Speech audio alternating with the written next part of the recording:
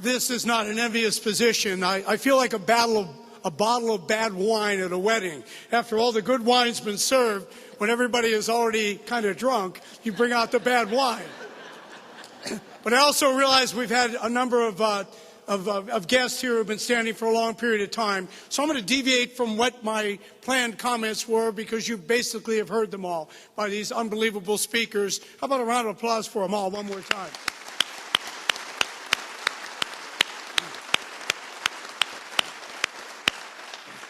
So what I'd like to do is take a little bit of a spin off what Mr. Brandt and Senator McCain talked about in the Skill Bridge program, another unbelievably phenomenal program to make sure that our veterans see the light of day within corporate America and across communities such as this one we're in today.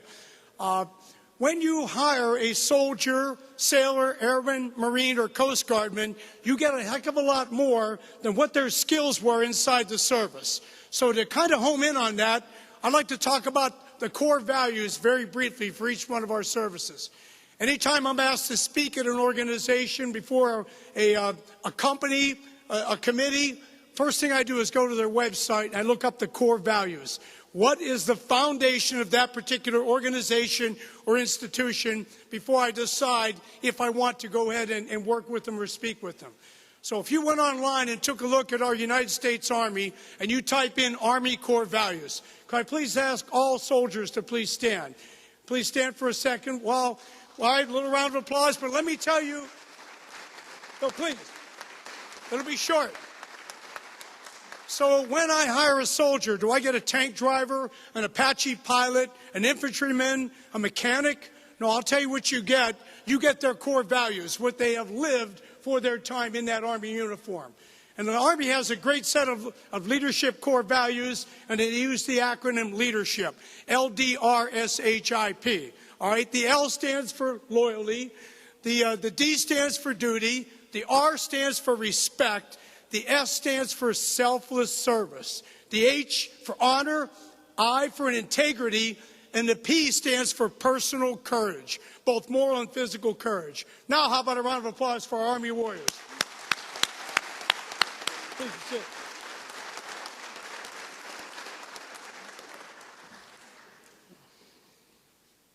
All right, then we have our United States Air Force. Please either stand or raise your hand if you served in the United States Air Force. Hoorah, hoorah, hoorah, all right? So, again, when you look at our airmen and women, what you see is their core values. Integrity first, duty before self, and and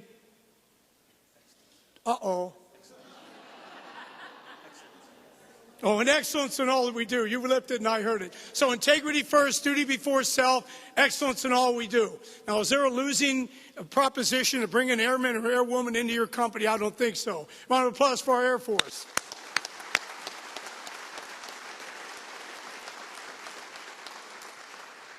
All right, in our U.S. Coast Guard, core values, do we have any Coast Guardsmen or women here today? We have one? All right, there we go. And of course, your core values, honor, respect, and devotion to duty. Once again, there's nothing lost on any company that wouldn't love to have a warrior like you inside the organization. So thanks for your service, please.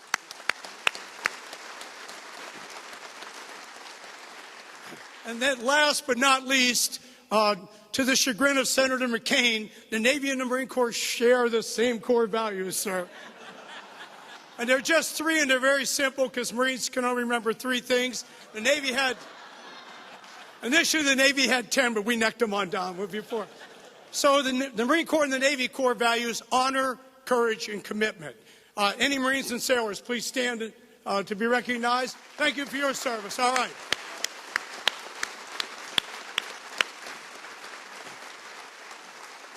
So when you look at the Skill Bridge program, I realize they're also going to find who was in computers, who was in administration, supply, logistics, maintenance, combat, tanks, aviation, all those skill sets. But remember, they're built on the foundation of the core values of those services. So look right to the chase. When you take the Venn diagram you could form by the services core values, in the center sweet spot, you find selfless servant leadership.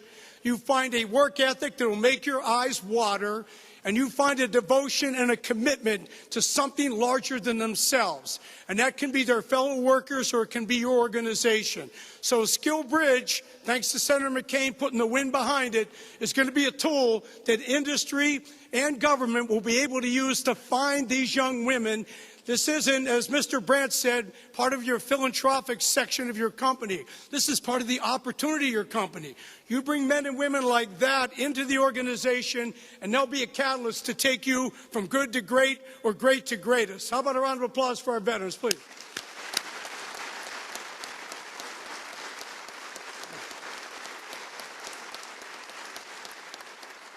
All right, and we also know that APS captured one of the greatest warriors to come out of Iraq over the past number of years, Sergeant R.J. Mitchell, who was already acknowledged. But I want to shed a little bit more light on it because I happen to be the commander with big binoculars hiding under my desk when then Corporal Mitchell performed his act of valor on 13 November 2004. For those who don't remember, the Second Battle of Fallujah started on 7 November. 10,000 warriors, soldiers, sailors, airmen, and Marines all crossed into that battle. We had every part of every service that brought something to the equation participated.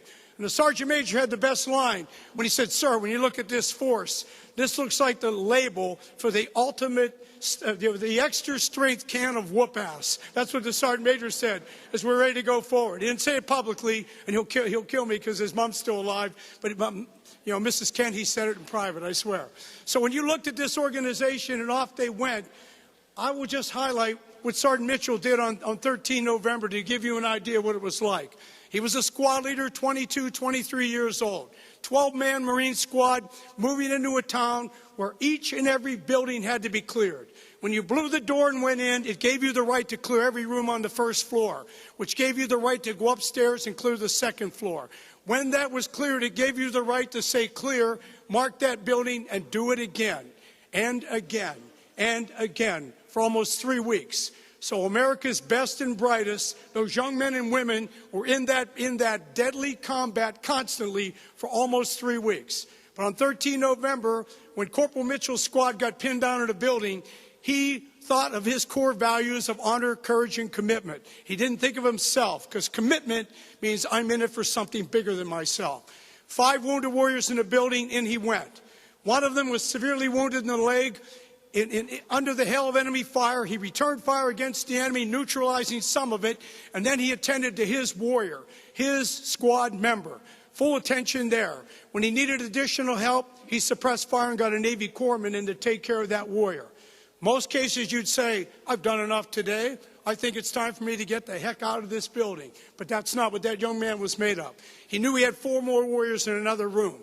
He moved through gunfire, got to them, and while he was rendering first aid, already wounded a number of times himself, one of the enemy, back up a second, on his way in, his rifle was rendered inoperable. He was hit in the rifle by an AK-47 round, which now the rifle doesn't work.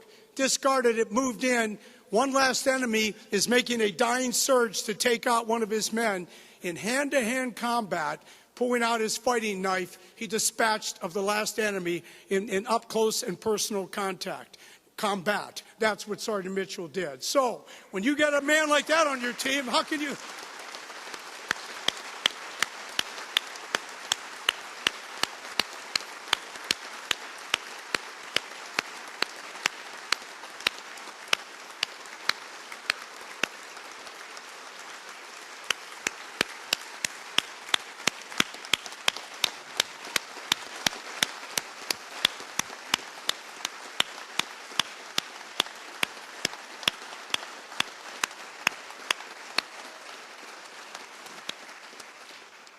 And I had the honor from underneath my desk to actually review his Navy Cross citation when he came forward, all the witness statements, etc. And you can imagine the emotion that flowed through. For those of you, and I'm sure everybody does know, valor comes in different levels. And there's a little bit of it, it's somewhat subjective, but it's also objective. You can get a Navy Achievement Medal with a Combat V for valor, Navy Commendation, a little bit more valor, Bronze Star with a V for more valor, Silver Star, Navy Cross, Medal of Honor. So that's the strata that Sergeant Mitchell, Corporal Mitchell then, Sergeant Mitchell today, that's what his valor earned him. And when we, later on, when it was all signed in Washington and came back, I did have the opportunity, as Mr. Brandt said, to be present at Camp Pendleton to pin it on him. His entire battalion, every warrior in the battalion was standing at attention when Sergeant Mitchell came out. Came up before the Sergeant Major and myself. First words out of this humble man's mouth were, "Sir, I did nothing more than the rest of the Marines in my battalion did. This award should be shared across the entire battalion." And we said, "We got it. Now be quiet because we're pinning it on you." All right, Sergeant Mitchell, good man. Thank you very much.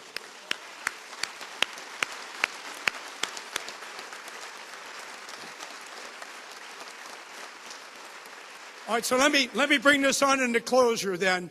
One of the problems with our veterans is one of their strengths is their humility.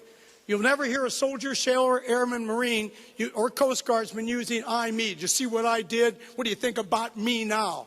If you use the sports analogy, they don't want to be on the front. They don't want to be on the cover of Sports Illustrated. They want their entire team, all the faces on there, because of that commitment and selflessness. That humility gets in the way when you're trying to hire them, because they can't brag on a resume. They can't tell you all the things they did. All they say was, "I was a soldier, I was an airman, I was a Marine, Coast Guardman, etc." So what we have to do is help them, and that's what SkillBridge is going to do, Senator. And thanks to you and your enthusiasm and your energy behind it, I believe this is the one program that's going to crack on through, and we're going to find a lot of these young veterans finding employment at the level they should be employed, not at some underemployed level, which is also a challenge we face with veterans. So let me close it out. John Stuart Mill has a great quote. He was an 18th century English philosopher, for those who don't know. But Mill's quote was, and I'll try to get this right, "War is an ugly thing, but it's not the ugliest of things. The decayed and degraded patriotic and moral belief that nothing is worth war is much worse. Any individual who holds nothing more sacred than their own personal safety is a miserable creature who will never be free and kept free unless based on the endeavors of men and women who are greater than themselves." So on Veterans Day, we honor those men and women who go forward, stand on the wall, they look evil in the eye, and they say, "Not on my watch." Thank you very much. Have a great day. Hoorah.